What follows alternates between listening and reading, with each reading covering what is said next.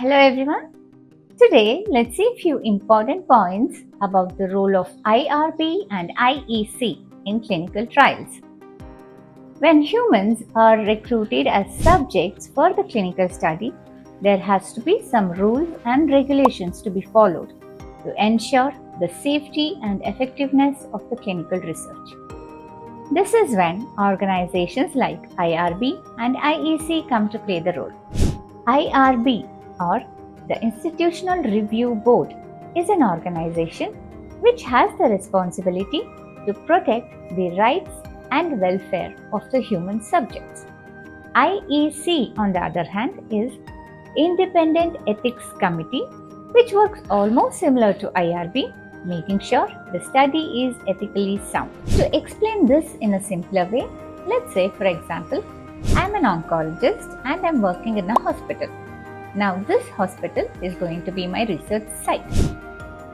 Now, I want to conduct a study about a particular treatment or a drug or a machine like a surgical tool to know if I need to make any changes and how that is going to help my patients to get better results.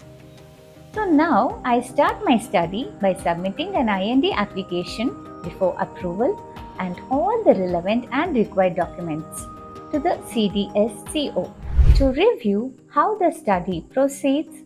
Am I being cautious about my subjects, their health, protocol and safety of my research, including the safety of my colleagues? There is a committee that has been set up.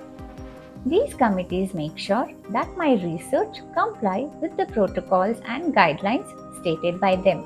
IRBs are set up in the hospital site and they have the authority to review, evaluate and make any changes if required. Now, because we are talking about an example of an oncologist conducting the study, let us say if I have a big hospital setup, I have my own review board. But please note, the members of the review board are not associated with the study and they are completely unbiased.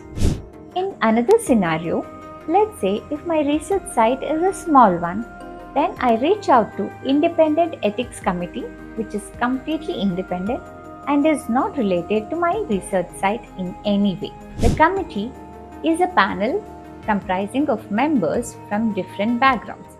For example, few are from pharmaceutical industry, few are from non-science background, and few are human rights activists or from an NGO. When I have resources from all the disciplines, it gives me an opportunity to have a fair and unbiased opinion on my research. I can start my clinical trial only and only after I get the approval from these committees.